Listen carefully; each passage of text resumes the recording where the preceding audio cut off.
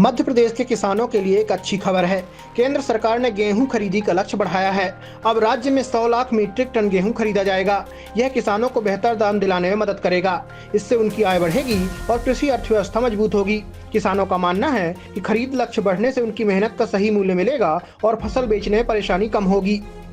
केंद्र सरकार ने किसानों को उनकी फसलों का उचित दाम दिलाने और दलहन उत्पादन को बढ़ावा देने के लिए बड़ा कदम उठाया है। पीएम आशा योजना के तहत छत्तीसगढ़ में चना और मसूर की एमएसपी पर खरीद तेजी से जारी है। इस अभियान में एनएफईडी और एनसीसीएफ अहम भूमिका निभा रहे हैं। सरकार का उद्देश्य किसानों को न्यूनतम समर्थन मूल्य दिलाना, बिचौलियों पर निर्भरता कम करना और देश को दलहन उत्पादन में आत्मनिर्भर बनाना है।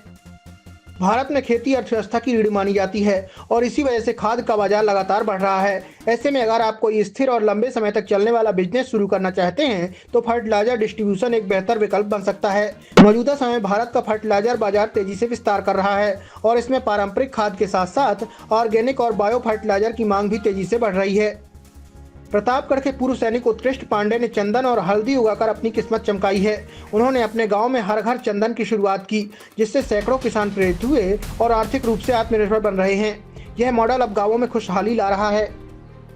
जब दुनिया एक दिशा में दौड़ रही हो, जब हर कोई एक ही रास्ता चुन रहा हो, तब अपने विश्वास और अपनी जड़ों को थामे रखना आसान नहीं होता।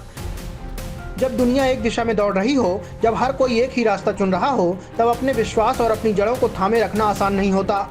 मध्य प्रदेश के डिंडोरी जिले के खपरी पानी गांव की आदिवासी किसान सुंदरिया बाई भी ऐसी ही एक नायिका हैं। आदिवासी किसान सुंदरिया बाई ने उस समय देशी बीज बचाने की शुरुआत की जब उनका पूरा गांव हाइब्रिड बीजों की ओर दौड़ रहा था। आज उनके पास 150 पारंपरिक किस्मों का बीज बैंक है, जो सिर्फ अनाज नहीं बल्कि आने वाली पीढ़ियों की खाद्य सुरक्षा और खेती की पहचान को भी सहेज रहा है।